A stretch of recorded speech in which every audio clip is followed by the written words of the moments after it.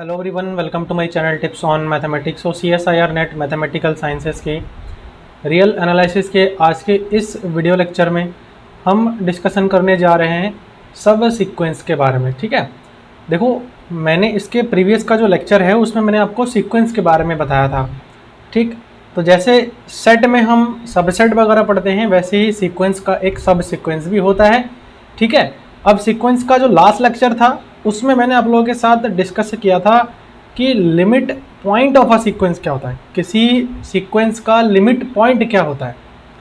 आज हम ये भी डिस्कशन करेंगे कि लिमिट ऑफ अ सीक्वेंस क्या होता है। ठीक है, तो चलिए स्टार्ट करते हैं। सबसे पहले हमारे पास दो टॉपिक है, एक तो हमारे पास सब सीक्वेंस का है एंड देन दूसरा हम डिस्कशन करेंगे कॉम्प्लीमेंट्री सब सीक्वेंस एंड देन हम डिस्कशन करेंगे लिमिट ऑफ अ सीक्वेंस। ठीक है, बहुत इंपॉर्टेंट है आज का इस लेक्चर और आपसे रिक्वेस्ट करूंगा कि आप लोग पूरा इसको एंड तक ज़रूर देखिए। ठीक है, तो सब सीक्वेंस क्या होता है? सब sequence of a sequence is defined with the help of sequence of natural number. मैंने आपको बताया है, जब मैंने सीक्वेंस बताया था तो सीक्वेंस ऑफ नेचुरल नंबर के बारे में भी आपको बताया था, जिसका कोडोमेन जो है नेचुरल नंबर होता है। अब consider map F N to N natural number में define F of K N K. ठीक है, वेयर एन के is strictly increasing sequence of natural numbers. Strictly increasing sequence क्या होता है? मतलब वो कंटिन्यूसली बढ़ता हुआ जाता है। ठीक है, तो उसको हम स्ट्रिक्टली इंक्रीजिंग सीक्वेंस बोलते हैं। Then for any sequence a n, the sequence a n के इज डिफाइंड एज द सब सीक्वेंस ऑफ ए एन। कहने का मतलब ये हो गया, कोई सीक्वेंस है ए एन और इस ए एन सीक्वेंस का एक सब सीक्वेंस को अगर मैं डिनोट करूं तो उसको ए एन के रूप में डिनोट कर सकता हूँ। कुछ एग्जांपल लूँगा अभी मैं यहाँ पे, तो आपको वहाँ से और भी अच्छे से समझ में आ जाएगा। फॉर एग्जांपल अगर मैं बात करूँ, let a N be any sequence of real number. अगर ए एन हमारे पास कोई भी रियल नंबर का एक सीक्वेंस हुआ, देन ए जो 2k हो गया, ठीक है, या फिर ए 2k -1 हो गया, या फिर ए के हो गया, या फिर ए 3k हो गया।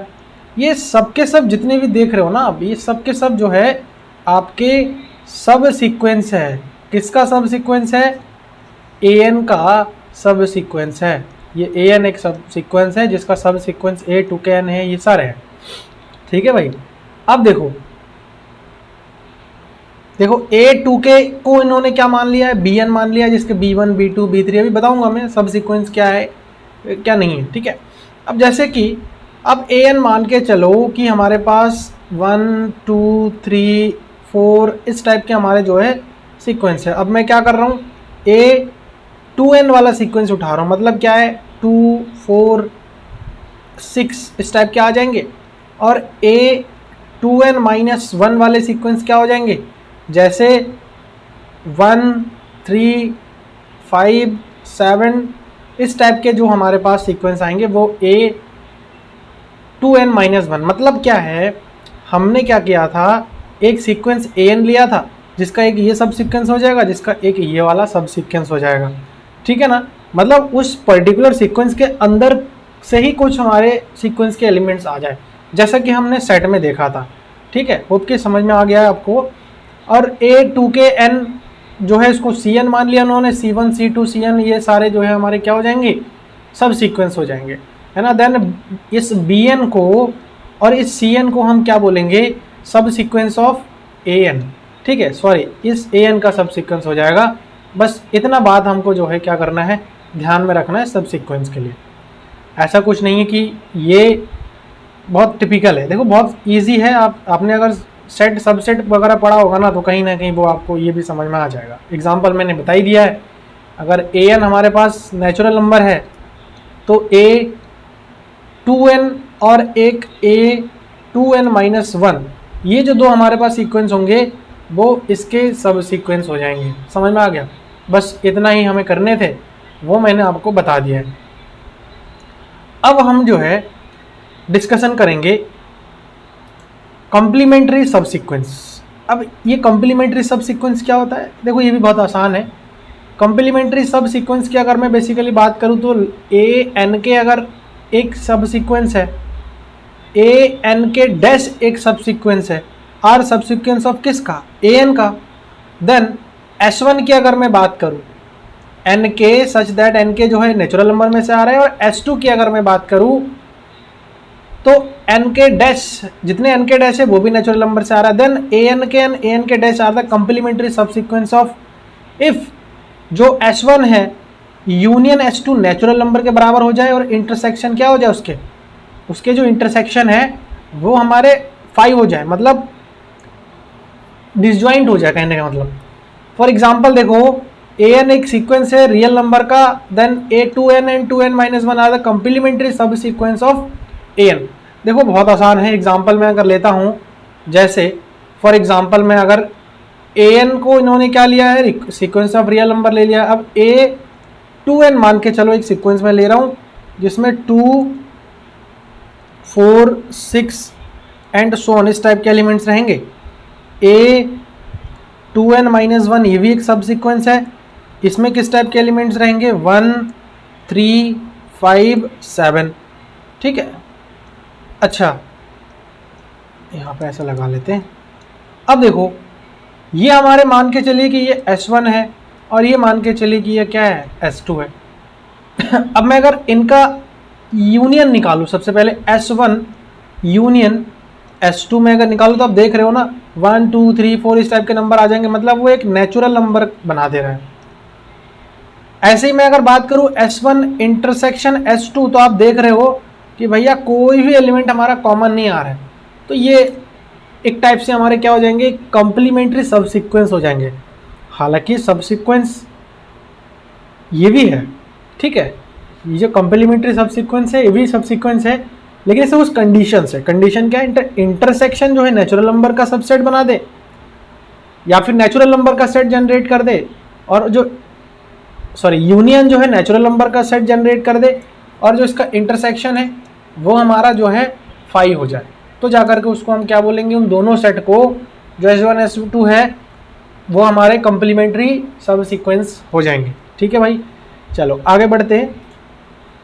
अब इसमें मोस्ट इम्पॉर्टेंट हमारे पास आ जाता है और वो ये है कि जो लिमिट है वो हमारा क्या होता है।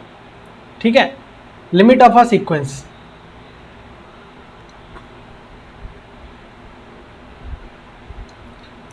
ठीक है भाई, limit of a sequence important है और इसको आपको आई थिंक समझना बहुत ज़रूरी है। ठीक है, चलिए स्टार्ट करते हैं। लिमिट ऑफ अ सीक्वेंस, देखो इसमें क्या कह रहे हैं, let a N be a sequence of real number and l be a real number, then we say l is a limit of a sequence a n if for any epsilon greater than 0 there exist m belongs to natural number n such that a n minus l जो है less than होना चाहिए epsilon का for every n greater than m, मतलब एक particular value से ज़्यादा value, मतलब m को एक पर्टिकुलर वैल्यू हमने ले लिया मान के चलिए, उससे जितनी भी ऊपर की वैल्यूज़ होंगी उन सभी के लिए ये कंडीशन हमारी सेटिस्फाई होनी चाहिए। और ये कंडीशन क्या है, ये वही कंडीशन है जो मैंने आपको कल बताया था। समझ गए भाई, जो मैंने आपको कल बताया था। अब देखो यहाँ पर क्या है ना, सिंबॉलिकली यहाँ पर आप जो है इसको डिनोट कर सकते हो इस टाइप से। ये क्या है, सिंबॉलिकली क्या है कि अगर limit n tends to infinite an करते हैं तो वो l के बराबर आनी चाहिए, यही चीज़ यहाँ पर ही बताया गया है। या फिर an अगर l को जा रहा है, कब, जब n जो है इनफाइनाइट को जाएगा। क्लियर है, n जो है इनफाइनाइट को जाएगा। अब चलिए हम थोड़ा सा देखते हैं, इसको डीपली स्टडी करने की कोशिश करते हैं कि एक्चुअल में ये जो डेफिनेशन है वो क्या बोला जा रहा है इसमें। देखो अगर हमारे पास mod of a n minus l है और ये लेस देन किसका है, एप्सिलॉन है। ठीक है, तो अब मैं अगर इसका मॉड हटाऊं,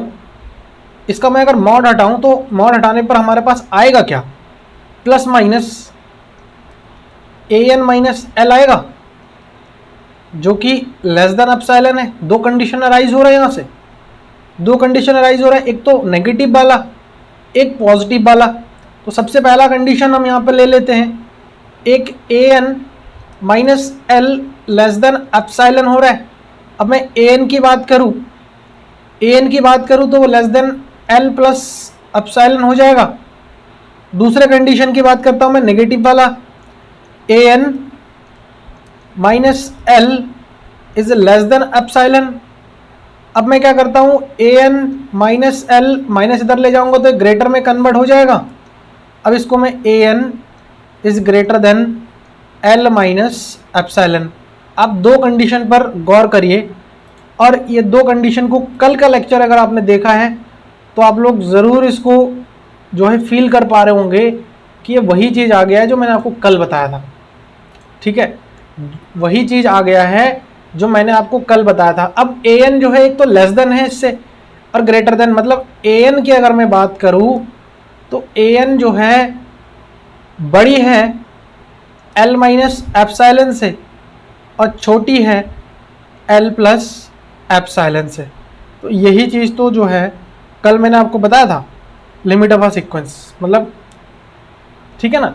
तो कहने का मतलब ये हो गया ना कि जो ए एन है वो हमारा किस पे लाई कर रहा है, L minus epsilon comma L plus epsilon में लाई कर रहा है।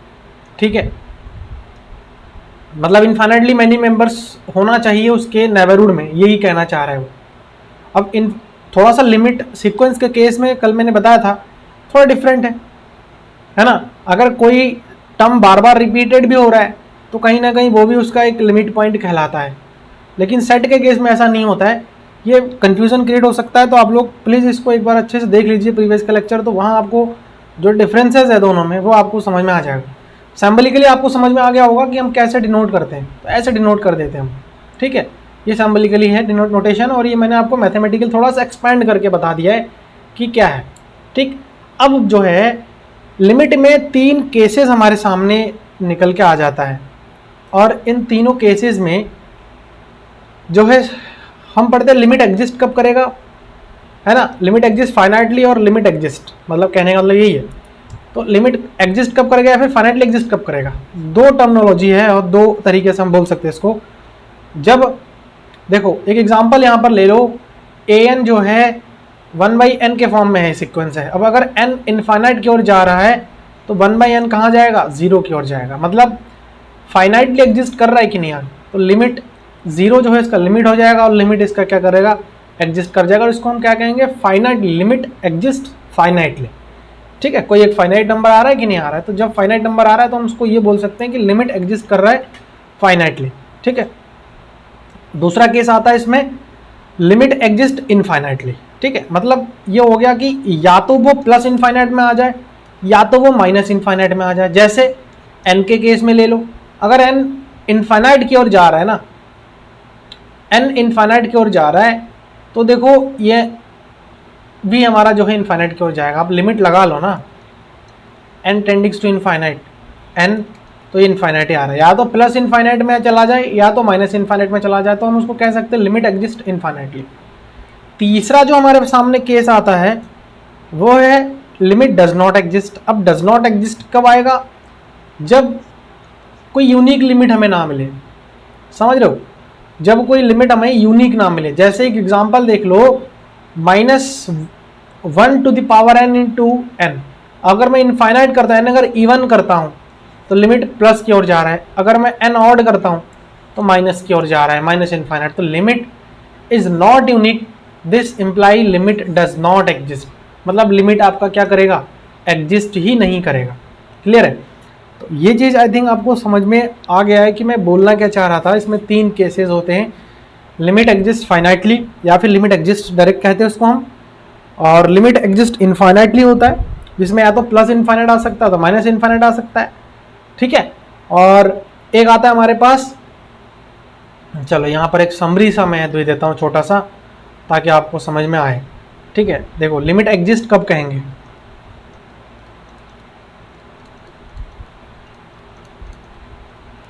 लिमिट एग्जिस्ट कब कहेंगे, जब कोई फाइनाइट लिमिट हो, फाइनाइट लिमिट हो। ठीक है, फाइनाइट लिमिट आ जाए तो हम लिमिट एग्जिस्ट कहेंगे। दूसरा आता है लिमिट एग्जिस्ट इनफाइनाइटली। कहने का मतलब ये होगा या तो लिमिट माइनस इनफाइनाइट आ रहा है या फिर लिमिट हमारा क्या आ रहा है, प्लस इनफाइनाइट रहा है। Limit does not exist, limit does not exist. अब लिमिट डज नॉट एग्जिस्ट का केस क्या है, जब दोनों ही साथ में आ रहा हो, प्लस इनफाइनाइट और माइनस इनफाइनाइट, मतलब लिमिट नॉट यूनिक है ना, लिमिट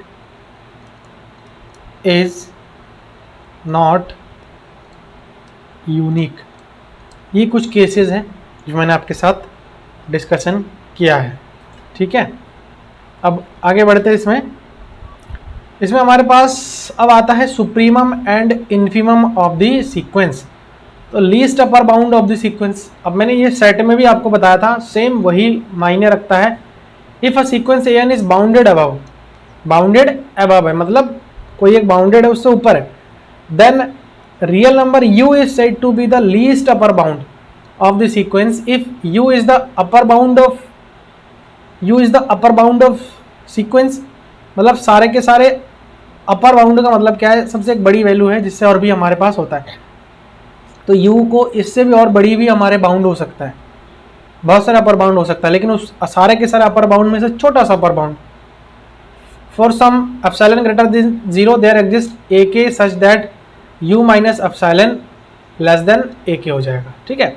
ये वही सेम डेफिनेशन इसमें भी आ जाता है जो भी हमने सेट के केस में डिस्कशन किया था।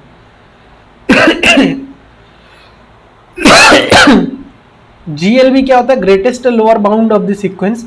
If a sequence an is bounded below then real number l is said to be greatest lower bound of the sequence if l is the lower bound of l sequence. मतलब जितने भी lower bounds होंगे, lower bounds का मतलब क्या है, मान के चल l एक लोअर बाउंड है और बाकी और भी लोअर बाउंड्स है हमारे, तो ये सबसे बड़ा वाला लोअर बाउंड जो होगा उसको हम ग्रेटेस्ट लोअर बाउंड बोलेंगे उन सीक्वेंस के, ठीक है। और ये कंडीशन है, उसको भी आप लोग देख सकते हो, ठीक। चलिए आगे बढ़ते हैं इसमें, और इसमें एक छोटा सा नोट मैंने यहाँ पर ऐड किया आप लोगों के लिए। For finding the supremum and infimum of the sequence an we can find its range set of an, then supremum and infimum of the range set is same as the supremum and infimum of the sequence an। ये मैंने शायद पिछले lecture में भी आपको बताया था। इसमें क्या है ना, अगर आपको किसी भी सीक्वेंस का सुप्रीमम और इन्फीमम देखना है ना, तो सबसे पहले तो उसका रेंज निकाल दो। तो रेंज सेट का जो सुप्रीमम होगा वो सीक्वेंस का ही सुप्रीमम होगा, रेंज सेट का जो इन्फीमम होगा वो सीक्वेंस का भी इन्फीमम होगा, ठीक है। तो ये जितना भी चीज़ें मैंने आज आपको बताया है वो आई थिंक समझ में आ गया है, ठीक है। और आज के इस लेक्चर में हम इतना ही डिस्कशन करेंगे, बाकी कल के लेक्चर में हम कुछ एग्जाम्पल और कुछ इम्पोर्टेंट नोट्स को लेकर के हम आपके साथ जो है शेयर करेंगे, ठीक है। तो वीडियो कैसा लगा आप लोग कमेंट के माध्यम से मुझे ज़रूर बताइए, सही लगे इसको एक बार लाइक ज़रूर कर दीजिएगा आप लोग, बाकी अपने दोस्तों के साथ शेयर भी कर सकते हो। अगर आपके दोस्त भी इसी फील्ड से है और उनको भी नीड है इस चीज़ का, तो आप लोग उनसे भी शेयर कर सकते हो, ठीक है। और अपना एक वैल्यूएबल फीडबैक देना मुझे ना भूले, उसके लिए कमेंट बॉक्स आप लोगों के लिए हमेशा के लिए खुला रहता है, वहाँ से आप लोग एक फीडबैक मुझे दे सकते हैं। किस टाइप के लेक्चर्स आपको चाहिए, किस सब्जेक्ट में, मैथ्स में आपको कौन सा बुक पढ़ना है, कौन सा पेपर आपको पढ़ना है, वो भी आप लोग मुझे बता सकते हैं, तो मैं उस पर वर्किंग भी करूँगा, ठीक है। ऑलरेडी कुछ प्रीवियस में लेक्चर्स मैंने बना रखा है जिसमें बहुत सारा प्यार और सपोर्ट दिया है, उसके लिए आप सभी को बहुत बहुत धन्यवाद, ठीक है। अब मिलते हैं नेक्स्ट वीडियो में, थैंक यू सो मच।